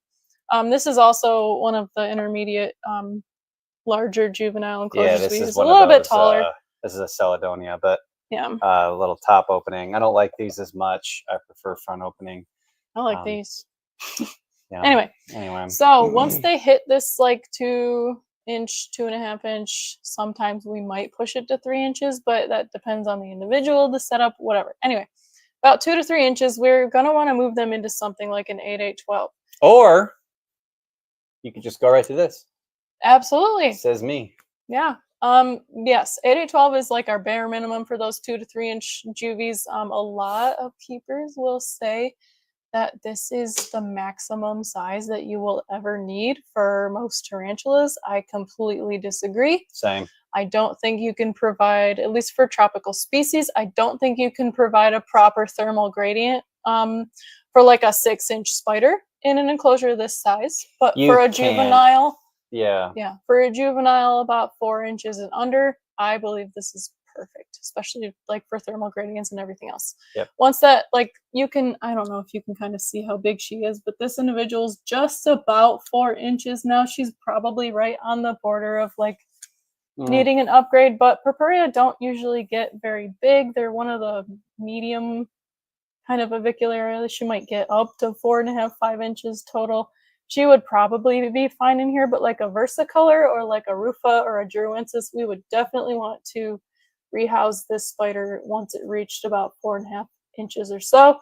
Our versicolor females are easily about 5.5, 6 inches. Yeah, you can see one right there. Yes, and even though you can see how relatively little of that surface area of the enclosure she actually takes up, that is we believe this is a perfect size for these. And this is 12, 12, 18, guys. Yes, 12, 12, 18 12, 12, Exoterra. 18. Rob, I'm sorry. I know we're talking 30 we're talking by inches 30 here. by yeah, something like that, centimeters. Yep, and that's just our opinion, guys. Again, I think the people who make the 30, argument 30, that 45, this is all you would need for adult Avics or pokies even. I've seen people suggest it that's for 7-inch that regales. is crazy. Yes. Again, it's just our opinion, but we're doing you guys can kind of see like we're doing different things, we're offering different things, and we're focused on like what we can give them. So like this is, in my opinion, the way to go. Yes. And they use all of it anyway. 100%, 100%. You know what I mean? So 100%. 12, 12, 18 is kind of like what I would keep all of the adult. Rob, did you say you've never had an Avic before? Because you definitely need an Avic now. Yeah. You won't regret it. Yeah. Putting my Saba Blue from you guys into a small T-crib switch, and they burrowed in the center of the cork bark and webbed up the base. Perfect. That's awesome. Oh, hard to get food down into the web spot. That's okay. Those Saba Blues will tell you when they're hungry. Yeah, they will not let you forget about them. They're shy about like interaction, but when they're hungry, and they're gonna eat after the lights go out. Like they're gonna present their legs. Definitely. Yes, Larry says less rehousing the better. 100%. I feel the same way. Yeah, and like the less you rehouse with all the tarantulas, like we tend to make the jumps because we don't want to do frequent rehousing. It's not fun for us. It's not fun for them. Right. Accidents can happen. Jess is confident in her ability to move and manipulate spiders, but again, you open the possibility for things to happen and just the inherent stress. Yeah. It's not a good thing. And so like there's no such thing as too big of an enclosure, you guys. What does exist is an inadequately furnished enclosure. Yeah. So also with the bigger enclosures, you do have to be mindful, like you want to be able to keep track of the animal if the animal's real small, and also that it cannot get out of the ventilation size, yes. But other than that, there is no such thing as too big. So stop saying that. You just have to outfit and furnish the enclosure with things that the animal can use for its size. Yes. Right. And that's on you as the keeper. That's your job. Yes. Okay. Have to get that out there. Because I see that all the time. Yeah. Like we could put this individual in a larger enclosure. We might provide her 2 or 3 cork tubes to choose from, maybe differing heights, maybe differing diameters. That's another way to provide enrichment without overstressing the tarantula. Most of our spiders tend to just gravitate towards like and that's tubes the other exactly thing. like the well, one that's and when you use heat too, right? You can kind of steer them in a safe way and a nice way to utilize structures that you want them to utilize. Because again, they want to thermoregulate. So if you have a heat lamp and you can put the light above the cork, like you know what I mean? Like, and another note about that is the Purpy that I mentioned earlier, the one who actually brought her egg sac out to warm up, she actually has a really big long cork tube in her enclosure that goes almost up to the top. But over the last 2+ years, she has chosen to like remain in her smaller diameter tube that's a good like 8 inches below the top of her enclosure. Yeah, she just wants. She wanted that. We have watched her go back and forth, like up into the tall tube and like back down into the short tube, and she's just for whatever reason That she short was like, tube was "I like the from short one." her like Yeah, her enclosure that was like this size. previous enclosure. And that she just, as an adult, has chosen that like that's her spot. Yeah. It doesn't make sense, but finally, after she got rid of her, or after her babies hatched, I should say, and removed the babies from the enclosure, she finally chose to go back up into that taller that cork stretches tube. from the top to Finally, the bottom. like she's had the choice for like 3 years, and she's finally accepted it. Which, hey, it's cool. Like if that's what she wants to do, that's what she wants to do. Yeah, Like that's she totally fine. Again, when we talked about enrichment, like it's giving the animals the option to choose. Give them the natural stimuli. Security tube.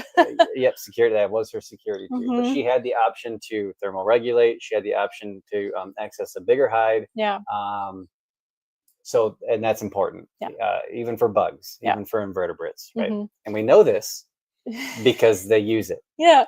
Most of the time when you do that, when you like take, for example, this tube and you put it in an enclosure like this where they have more options, a larger tube, more of a thermal gradient, most of the time they're like, oh yeah, this is great. I'm going to go in this larger tube and start, this is my new home now. But that preparator, for whatever reason, that was her security blanket. Decided, yep, I like my security tube. That's cool. Yep. Ben's in the chat said I had a big setup by Ryan and Jessica. It was very nice. Heck yeah, man. And we set his versicolor up. Yep. Oh yeah. Yeah, Rob says never had an Avic. I'm a complete failure. Yeah, what the hell, man? It's all good. You got plenty of time.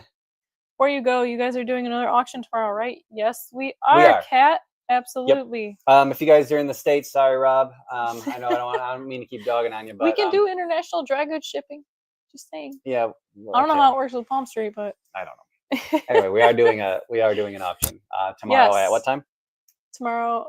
At the time of filming this, tomorrow at. I think I scheduled it for 7. 7 Central. The Palm Street app. If you don't know what we're talking about, look at your app store and search Palm Street. There's a green palm logo. No. Yes, we are doing another auction. We got a new little batch of species, some females, some other random little bugs for you. And lots of cork hollows if you guys want. Cork crazy. Dope sick cork tubes like that. Come hang out. I've got lots of really I'm moving cool to the US. No, well, I think you should stay there for. Yeah, give it some time, bro. Yep. Not gonna go into that. All right, guys. We love you so much. Thank you for hanging out with us. Any questions at all ever when it comes to Avics? Yeah, message us, post it in the comments if join our Facebook group, Spiders After Sunset Spiders Social. After Sunset Social on Facebook. Jessica has put together a nice little care guide for you guys at marshallarachids.com. Again, care guides are just a generalized thing. It's not a do or die. Oh yeah, there should be. I think there's a disclaimer at the top of everyone that just says this is how we do it. You don't have to do it this way. And you probably should. This is how we do it. It's just it's how we do it. We want to give you the information that we have, and you can do with it what you want. Yep. Yeah. I think that's it, guys. Hold on, wait. Okay. Don't. That's all I'll say. Wanted to ask about your feeding schedule. So yeah, for Avics, start here. I mean, okay. We'll talk about Avics specifically, but it doesn't differ much for any of our other tarantulas. So for spiderlings, we check on these. We make it a point to check on these guys at least once a week. And what we're doing is we're making sure the spider looks good. We're making sure, like, checking the body condition of them, if they got a fat butt or if they are due for a feeding. And typically we find that they're ready for a feeding about once a week. And we usually feed larger prey items too. Like we are tongue feeding, so the animals take larger prey items, so that kind of gets them set for the week. You know, if you're feeding smaller prey items, perhaps more frequently. And tongue feeding also, if a spider refuses a tongue-fed item, especially for Avicularia, if they refuse the tongue-fed item, that is a really good sign for us that they might be getting ready to molt, or they're just not ready to eat yet. So we don't typically leave loose prey items unless we're certain that that spider's going to go hunting for it. But yeah, about once a week for spiderlings. And then for this size, same sort of thing. Yeah, we make it a point about every 7 to 10 days for our juveniles. Once again, we are feeding larger prey items or multiple large prey items, so they're usually totally fine going up to 2 weeks or sometimes even more. Yeah, but like if they look their Yeah. abdomen is fat and shiny, Yeah. and they look big. We're not mechanical. Like we're Yeah, not just gonna feed them, exactly. Yeah. right? Because that can be unhealthy too. Yeah. So And really the once a week thing with these guys is more honestly to fill their water dishes or clean them out, because most of the time we'll find that they drop their little boluses in their water Yeah. dish and it gets kind of gross. So we want to make sure we're giving them fresh water at least once a week or every 10 days or so. right, but that's separate from misting, like we talked about Oh, earlier. yes. We mist more Mhm. frequently than we Yep. do Yep. the water dish. Larry's asking about feeding schedule. So, and then for juveniles and adults that are in these size enclosures, we do this on a case by case basis, pretty much. When they're out, they're free. If they're like out night after night in the same spot and they're asking for food, we'll feed them a dubia roach or Yep. something like that. Yep. But that's Yeah, we're not mechanical whatsoever. At least I'm not with these guys. Each one of these tarantulas that we have, I pretty much know them on an individual basis. I know where they came from. I know when they last molted. For whatever reason, my brain just makes sense of it. And like, yeah, it's crazy.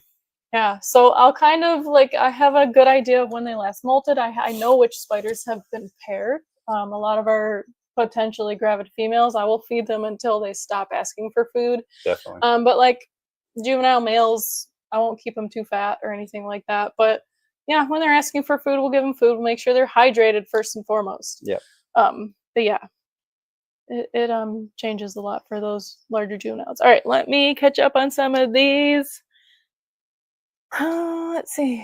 Yeah, thank you all for joining. Can't wait to see you. Tinley 503. Tinley's coming up, guys. Thanks, really appreciate what you do. Appreciate you, Nature Mike. Can't get my Avic to eat live, only pre-killed. That's I've heard interesting. that. That is interesting. Yeah. I don't know. It's Yeah. like Some Avics, especially wild-caught Avics, we have a couple probable wild-caught Avics that still like won't eat anything other than crickets. Pretty interesting, but we haven't cracked the code for that. I haven't actually tried pre-killed with her, so I might do that. Yeah. Let's see. Never mind. Go ahead. No, go ahead. No, we're good. Okay. What are you feeding slings? Yeah, so at this size, like this is a variegata, just now hit third instar, maybe slightly over 3/4 inch. These guys we are feeding like the first instar dubia roaches or like 1/4 inch crickets. We prefer to stay away from crickets if we can, just because they're. But a lot of times, expensive a and lot of these noisy. guys, they are expensive. But a lot of times, like they're more eager to take Yes. crickets than they are dubias. Yeah, so. the crickets have like a softer exoskeleton. They're juicier usually than a dubia roach of a similar size. Also, we're finally like getting babies from our red runner roach colony, so we're hoping If you're to crazy enough to displace. do red runners, do red We're runners. hoping to displace some of our cricket bill onto our red runners. This is a fat one. Wow. I fed Definitely them. I think good it honestly eater. ate 1/2 inch. I think I fed it 1/2 It looks inch. like it did. Yeah. Gravid female part is interesting. I've heard they will molt out if fed too much. Trevor, I've heard that too. I've also heard a lot of other like I don't even want to say weird. It's just I've heard a lot of things about gravid females. Yeah. And like older females like into their molt cycle that I haven't. It's not that I don't believe it necessarily because I don't have enough experience to know, but it's just my experience has not favored those opinions. Yeah. Like once It again, makes sense to me. Like a gravid female should consume as much as she wants until she's done. Yeah. Until she refuses because she's using all that energy to put into eggs and babies. Yeah, or like to not exhaust all of her energy into making eggs because she might die if she does that. Right. But anyway, what was I gonna say? Yeah. Our paired females, we don't get a lot of paired females that just molt out. Yeah, well, like we have had Metallica do that, but that's when we tried to like push it, push to kind of like because Metallica like specifically, stuff, like Poecilotheria, are very cyclical, and like we tried to like push it to where like okay, we're getting pretty close, let's just try, and it was like it was too late. Now. Yeah, you know, it's a yearly cycle thing for them, but other than that, like it's very very infrequent. Like I think we get more infertile sacs or like not good sacs more often which than they we usually get. Will eat. Yeah, if you know, we get that happening a lot more often than we get females that molt out of pairings. It seems like at least over the last couple of years. Thank you all so much. Yeah, Nikki, you need to go to Tinley sometime. Always took it slow. Yeah. Come hang. We got lots of really awesome surprises planned for you guys for Tinley. I think you guys are going to be very happy. So stop by our booth. I think you're going to like what you see. I like what's coming. It's going to be cool. I'm going to go ahead and say ogre face spiders are probably not going to be ready by Tinley. Probably not. But maybe the end of March or early April. Because here's the thing, guys. I think they will be ready, but the problem is we need to keep all those back. So it's like the animals that are ready to go, like they need to be with us. No offense. They just no offense. Yeah. No, but we need to keep the breeding project going. We can't sell everything we have because then we won't have any more babies for the next. Right. But there will be plenty of babies for everyone if they want to participate in the breeding project. Yeah. Everyone who wants to participate will have the opportunity to do so. So I think our next live is going to be about ogre face. Yep. So let's talk about that. Yep. So look out for that. And the reason we're going to do that is because we need some sort of resource to give everyone who's going to have questions when we release. So we're going to talk about net casting, ogre face spiders whenever we have time. Yeah. And then I am also we're also gonna have a written care guide too on our website when I eventually get around to it. Yeah. I'm way behind on our care guides. Go for it, Rob. He says one more question. Yeah, go Vicky says my birthday is March 19th. Oh my gosh. That'll be fun. Yeah. Come celebrate. Perfect timing. Yeah. St. Patty's Day. Yeah. Go for it, Rob. But yeah, we'll talk about those guys and we'll kind of show you guys. Yes. We're going to sell kits. We'll have complete kits for the ogre spiders. Everything you need. Yes. I have like a kind of journal kind of thing going with like documenting like all of our progress and like general, notes and observations. So I'm going to make that document public when I make it a little bit more pretty too. Cool. Do you go with their native climate when breeding, if you know what I mean? Like Avics in general or tarantulas? Yeah, so in general. We specifically have poured a lot of research into Avics and Poecilotheria. Yeah. So we do try to mimic those cycles. Again, Avics are a little more straightforward. Rainy season, summer, etc. You're talking a difference between it's always 80.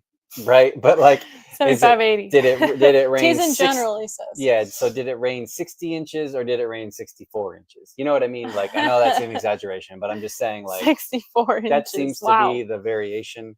But for Poecilotheria, for example, yes, there's a lot more involved with that. They seem to experience 4 little different seasons. Yeah. I don't even want to say micro because there's a monsoon, and then there's the opposite. Yeah. Right. And all of those things play a role. I think a lot of tarantulas are like that, like Pamphilopedius. I'm hearing rumors that they're cyclical like that. And so with that, you can't necessarily look at what it's doing in that part of the world. You have to kind of look at, okay, well, I'm in North America, for example. We experience seasons. Mm-hmm. How can I play on that to kind of replicate those seasonal changes? And seasons are not just temperature and rainfall. Right. There's humidity, there's air pressure, there's all kinds of things that we don't even think of as dumb mammals that can't detect these things. So we've already basically the hobby collectively has come to the conclusion that barometric pressure changes have much more of an effect on pretty much everything. But the tarantulas in particular are very receptive during that time. So and it's usually we pair our animals in the spring just for that reason. Spring is baby season for us because the animals are so receptive. It's raining, blah, blah, blah. Right. Yeah. There are definitely a few species that seem like, at least in my limited experience, that don't seem to respond to any sort of natural seasonal changes, like in Michigan where we used to live or now in Tennessee. But then there's species like Purpurea. These guys, we've been breeding these for 4 years at least, and they almost always exclusively lay in December. Yeah, right when we don't want them for whatever reason. Yeah. Yeah, and they hatch in January or early February or whatever. Yeah, I guess this one would be late February. So yeah, we had one sack last year that was late in the summer, and it was no good. Yes. I don't know if it's just a coincidence because we haven't had enough to have a good sample size, but that's just one example of and this has happened with multiple different females, multiple different seasons. Yeah. So who knows? And all of our versicolor almost always lay in March through May. Last 5+ years, almost all of them. Yeah. No matter what time they're paired. Our Poecilotheria, they like to lay in March September, through- end of September for the Yeah. most part, or like I don't know. They But then hatch we had that usually around one- Halloween, usually, but we had Yeah. one outlier, Yeah, we had one outlier that hatched. That she laid it, I think, in March and hatched in May. which is that's very interesting. So Paired in January, I think. I guess all that to say, we don't know what we're doing.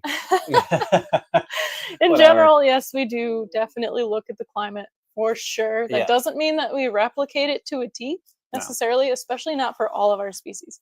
Yeah. But we do definitely observe it, and kind of, at least for most of our species, we aim to kind of replicate it. Yeah. And like, just because it's 85 degrees in Martinique right now doesn't mean we're going to keep all of our breeding versicolor at 85 degrees right now. We're just going to keep them a little bit warmer, you know? Yeah. You know, to be general. Yeah. Anyway, if you guys are you guys have any more questions, go for it. Otherwise, I think we are winding down. Yeah, I keep yawning over here, I man. keep I'm going swallowing to bed. flies. And then I so, keep eating flies. Yeah. Oh, God. Thank you all so much. Yep, we love you guys. I think that's yes. it. Please join us on Palm Street tomorrow. If you can't buy anything or don't want to, that's totally Just come fine. hang. Come hang, Come hang and ask or questions. join us maybe next week for our next stream. Hang out on Facebook. So how long do pink toes normally live? The reason I ask is because I had one that only lived 6 months. Longer than that. Asks Paige. Yeah, longer than that for sure. I would say vast majority of pink toes take at least 4 years to reach maturity.